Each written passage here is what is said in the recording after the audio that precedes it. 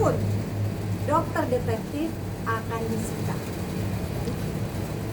atas laporan dari DRL. Atas laporan yang mana? Tomat putih, tomat busuk ya kita bilangnya, tomat busuk yang jelas sudah dirilis oleh Badan POM bahwa tidak ada tomatnya.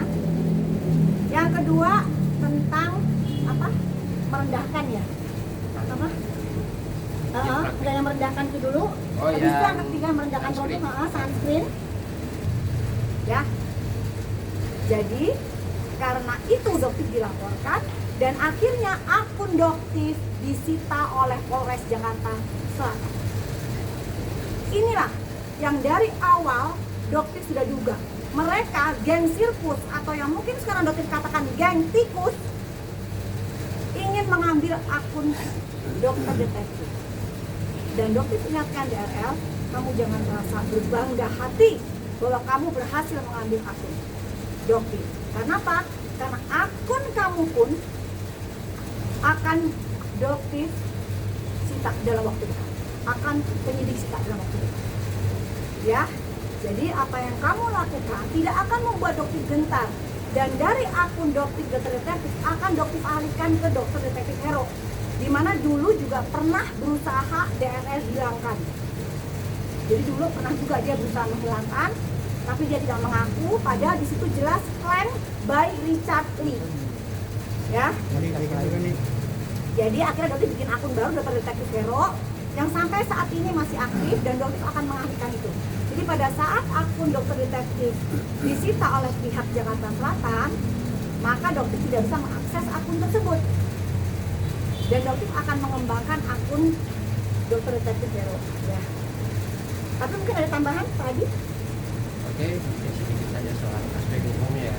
Jadi terkait dengan penyitaan, jadi yang disita adalah berupa dokumen elektronik dalam bentuk akun TikTok ya.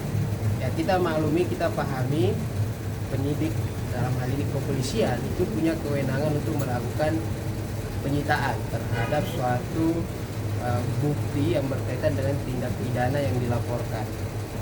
Kuncinya adalah tindak pidana. Jadi berdasarkan tindak pidana.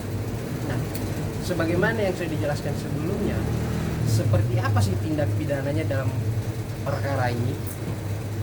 Pertama, terkait dengan white tomato yang jelas-jelas sudah dirilis oleh BPOM bahwa white tomato ini benar produk clean labeling ya. Terus yang kedua, SIP yang izin praktek di klinik Palembang itu disampaikan sesuai dengan fakta karena tidak dipajang, yang bagaimana tidak terpampang, yang dimana berdasarkan ketentuan peraturan perundang-undangan seorang dokter yang melakukan praktek itu harus jelas di klinik mana dan harus dipasang. Oke. Kan akunnya Doktif mau disita. Betul. Udah kebayang belum apa kerugiannya dan kira-kira seberapa besar? Doktif yakin rezeki itu Allah yang atur. Ya, jadi seorang DRL tidak akan bisa menghambat rezekinya Doktif. Ya, jadi Doktif sama sekali tidak takut, gentar atau khawatir rezekinya Doktif akan hilang. Tidak ada. Bahkan dengan kejadian ini, masyarakat akan lebih cerdas, lebih tahu siapakah DRL ini. Siapakah di balik dia. Gitu ya. Kenapa kasus yang sebenarnya sudah jelas banget gitu bisa naik ke sidik dan sebagainya. Nah, ini yang masyarakat harus kawal. Apakah benar seorang DRL ini kebal hukum? Apakah benar seorang DRL bisa istilahnya menginjak masyarakat kecil? Gitu, seperti yang sudah dia lakukan ke Pak Afrizal, mantan asistennya tersebut. Gitu. Ya. Kemungkinan disitanya sampai kapan tuh? Kenapa? Kemungkinan Dari disitanya kapan? sampai kapan? Ada nggak tindakan hukum yang akan kita lakukan? Tentunya ada sarana atau mekanisme hukum yang disediakan. Dalam hal ini misalnya pra peradilan. Tapi tentu akan kami kaji, kami pelajari semua. Karena kan kami melihatnya seperti ini. Akun dokter detektif ini sebenarnya secara personal, secara pribadi nggak ada masalah bagi dokter detektif. Tapi kan ini menjadi sarana ya, menjadi sarana edukasi yang dilakukan atau dituding oleh dokter detektif selama ini, sehingga ya edukasi yang seharusnya giat dilaksanakan kepada masyarakat jadi terkendala. Nah, atas dasar itu kita upayakan nanti bagaimana, apakah ada memang misalnya penyimpangan atau dugaan-dugaan penyimpangan atau penyalahgunaan kewenangan, misalnya dugaan-dugaan seperti itu, jika ada kita akan lakukan prosedur-prosedur sesuai dengan ketentuan hukum. Seperti itu. Ada lagi yang juga tadi siang dokter dengarkan. Jadi mereka ini, bentar ya guys ya, coba dokter pengen kalian bisa mendengarkan. Ini sepertinya mereka memang sudah bersatu. Aduh, biar aja mereka itu memproses yang mudah-mudahan ya saudara aktif ini tempat dapat sadar dan kemudian ya mana kedua ditahan apakah di Jaksel atau di Medan. Dengar ya, ditahan Jakarta Selatan atau Medan. Jadi Polres Medan untuk segera memanggil dan kemudian ditahan. Supaya apa? Kalau dia ditahan kan diam-diam nih. Apa? Mesos kan ini tenang. Seperti itu. Metos tenang. Kalian dengarkan, ini mereka bersatu nih, game tikus apa gimana? Biar aja Saya mereka nggak tahu. itu memproses yang mudah-mudahan ya saudara Ini maksudnya apa? Kok tahu dia? tempat dapat sadar dan kemudian ya mana kedua Dia ditahan, tahu apa yang apakah akan di terjadi Jaksel hari atau di ini. Medan. Saya mau pulang besok. Anda menjadi Polres Medan untuk segera memanggil dan kemudian ditahan. Supaya apa? Kalau dia ditahan kan diam-diam nih. Apa? Mesos kan ini tenang. Seperti itu. Oke, ditahan ya, didengar ya. Oke, silakan. Biar aja Ditahan. Tentang pernyataan dia, Anu sini. Iya, itu ibaratnya apa ya? Saya berpikir itu hebat banget ya. Pulang dari sini ke Medan ketemu Polrestabes minta dia tahan gitu.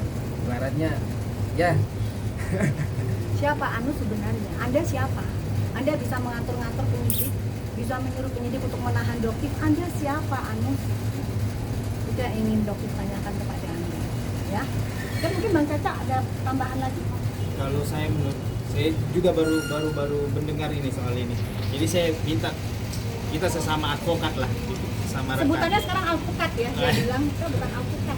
Jadi sesama rekan, sesama profesi. Jadi jangan membuat satu statement yang melebihi kewenangannya. Kewenangan menahan itu ada di pihak para penyidik kepolisian. Jadi jangan sekalipun memberi tekanan atau intimidasi. Oh, Doktif ini harus ditahan. Oh, harus begini. Itu tidak bisa. Anda mempunyai kuasa apa atas perintah itu kepada para penyidik ini? Ini jujur saya agak habis pikir sih sebenarnya. Marwah kita sebagai advokat itu untuk melindungi, memberi klarifikasi atas dugaan tindak pidana apa yang dilakukan oleh para klien kita, bukan meminta untuk menjudge orang untuk ditahan. Itu udah pasti nggak benar. Itu menurut saya pribadi ya, tapi saya nggak tahu kalau menurut beliau. Gitu aja sih Bu. Udah nggak make sense sih sebenarnya. Nanti per kapan dok akunnya ditahan gitu? Insya Allah nanti malam. Malam langsung. Iya, insya Allah nanti malam. Jadi kalau buat kalian tetap ingin melihat review yang Doktif lakukan, Doktif tak akan berhenti. Satu akun ditutup akan tumbuh 2, 3, 5 akun yang lain. Bahkan mungkin teman-teman yang lain akan lebih semangat lagi untuk mengungkapkan ini. Karena sekali lagi Doktif ulangi, Doktif tidak akan berhenti bicara. Selama itu fakta, data, jujur, Doktif akan terus bicara.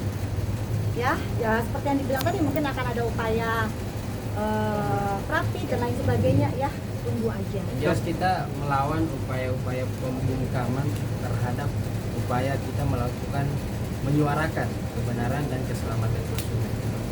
Dok, berarti ya untuk hari ini pemeriksaan terkait hanya